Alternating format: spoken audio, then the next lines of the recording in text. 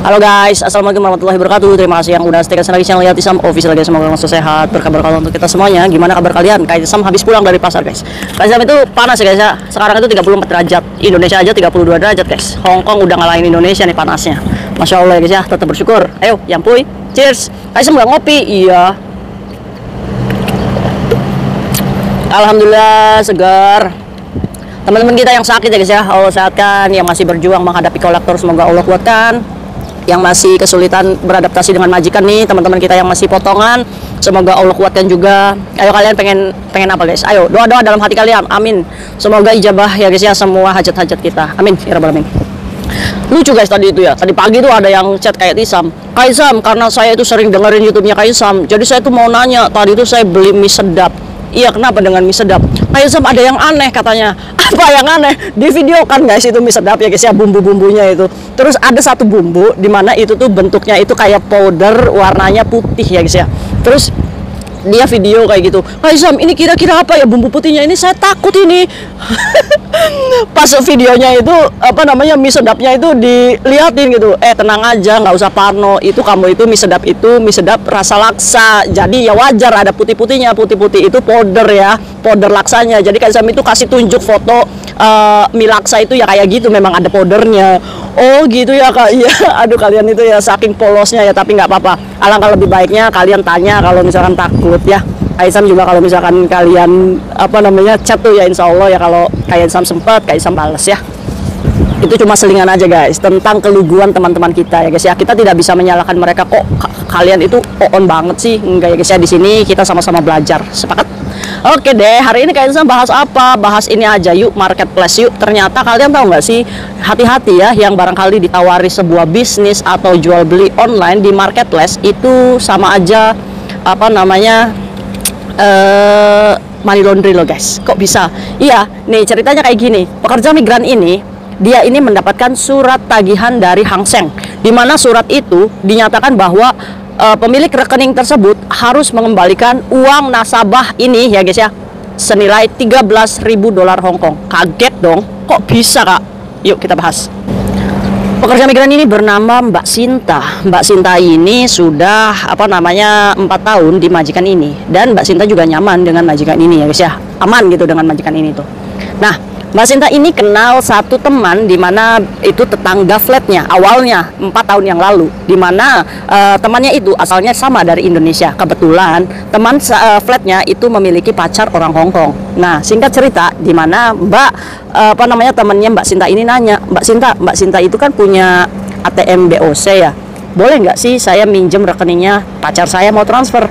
Dari situ Mbak Sinta ya nggak curiga gitu ya guys ya, karena ya menolong tetangga gitu, nggak ada salahnya. Akhirnya masuklah guys 5.000 dolar Hong Kong ke rekening BOC-nya Mbak Sinta. Akhirnya Mbak Sinta ini ngambil lah tuh 5.000, dikasihkan lagi tuh ke tetangganya. Waktu itu Mbak Sinta dikasih fee 200 dolar. Ya seneng dong, ya kan, yang pertama kita udah bantu gitu, kita juga dapat fee, alhamdulillah. Nah, setelah kemudian kok sering banget ya guys ya, transfer lagi transfer, sampai pada akhirnya BOC-nya itu diblok ya guys ya, karena ya BOC juga akan mencurigai ini dana itu dari siapa gitu ya, sering masuk, sering melakukan transaksi seperti itu, dicurigain.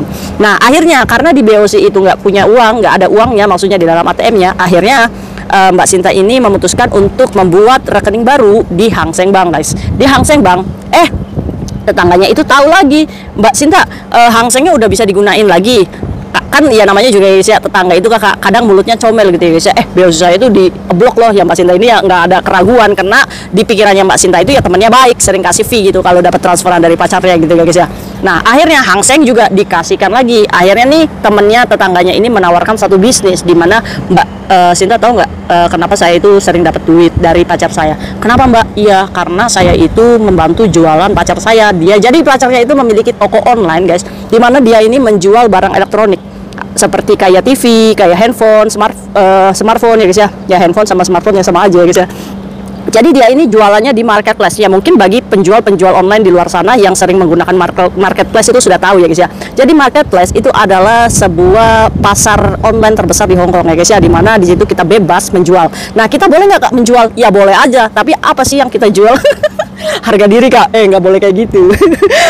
Jadi di marketplace itu kalian bisa mengupload semua jualan kalian itu. Kalau yang punya Facebook ya guys ya, di situ ada marketplace di mana di situ itu kalian bisa menjual dan nego langsung dengan pembelinya dan melakukan transaksi yang namanya cash on delivery ya guys ya, atau COD.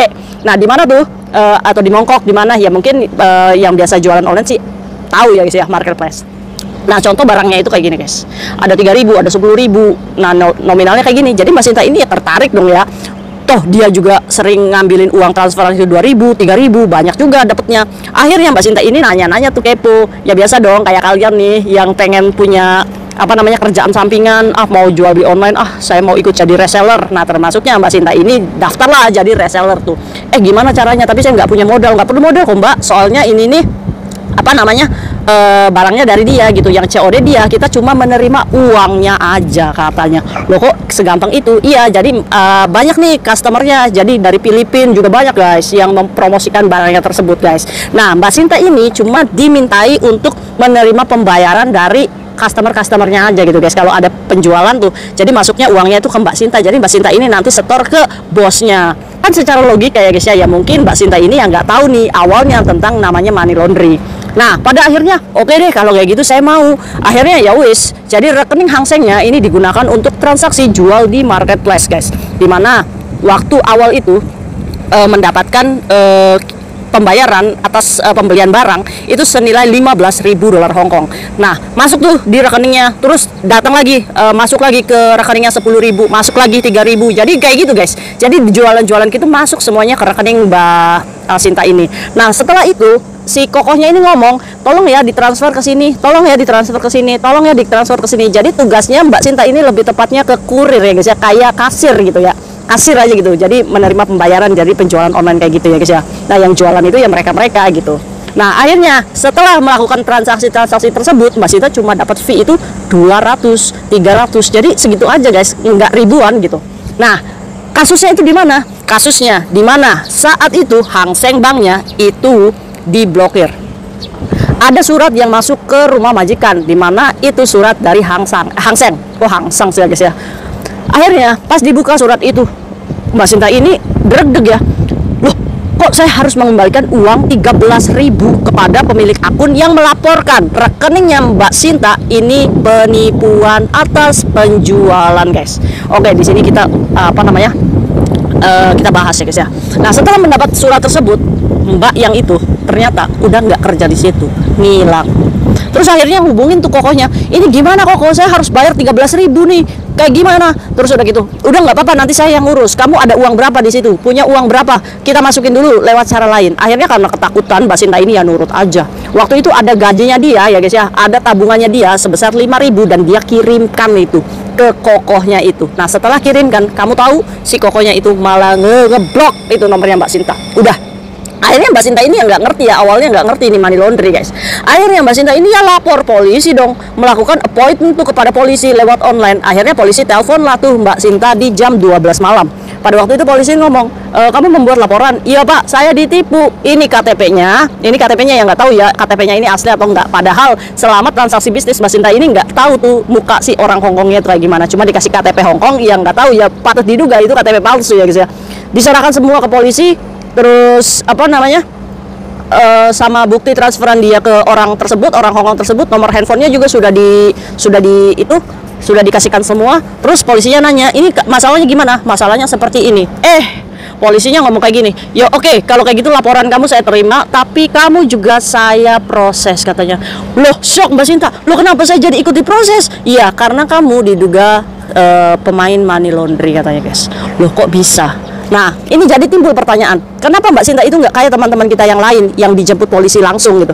Oke guys, jadi ini sistemnya transfer ya guys ya, nggak dalam bentuk yang menonjol banget nih. Nah, teman-teman kita itu yang ditangkap itu biasanya rekeningnya langsung gendut guys, 200 dolar. $300, $500 Hong Kong, yang sampai 1 miliar, itu biasanya langsung ditangkap.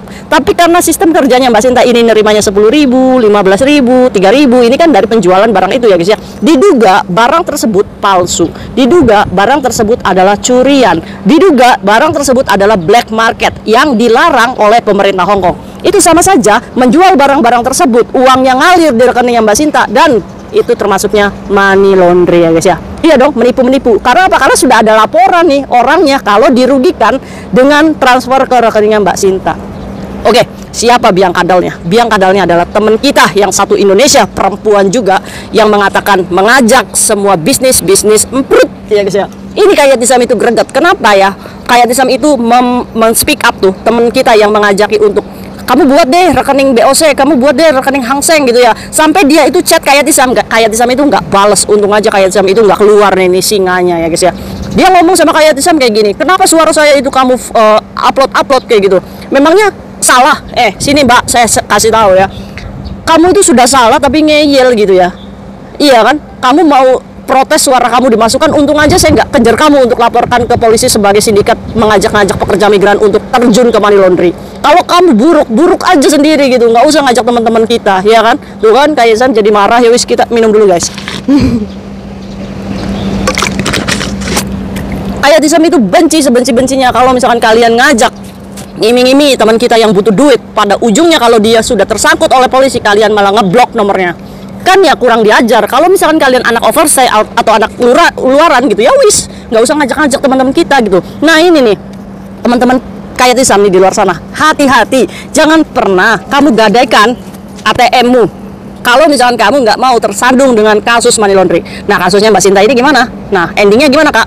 Endingnya polisi ini meminta Mbak Sinta untuk ngomong jujur sama majikan untuk segera membuat laporan ke polisi. Mbak Sinta ini dalam keadaan yang bingung. Khayatisam, nanti gimana kalau saya ngomong? Lebih baik Mbak Sinta ngomong sama majikan, kalau saya dipanggil polisi atas kasus ini, hadapi semuanya. Nah timbul pertanyaan, Kak, kalau misalkan kita sudah terjebak money laundry kayak gini, apakah kita masih bisa bekerja? Banyak teman kita yang masih bisa bekerja di majikan yang sama ya guys ya.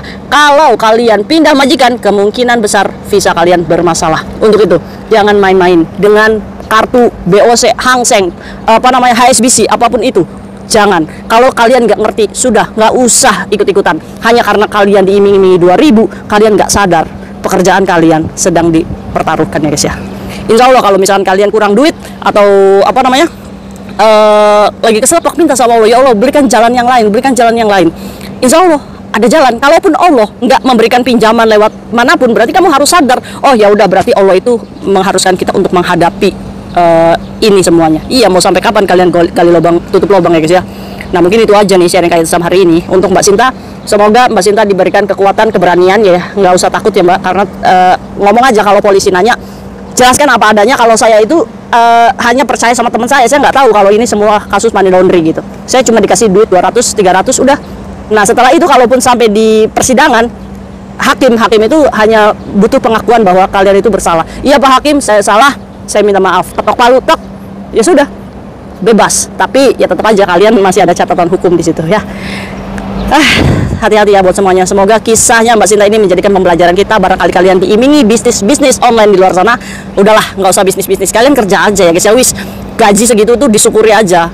Kalau kita bekerja di Hong Kong, kita juga bisnis, aduh mumet guys, otakmu belum ngatur COD, belum ngatur customer, komplainan.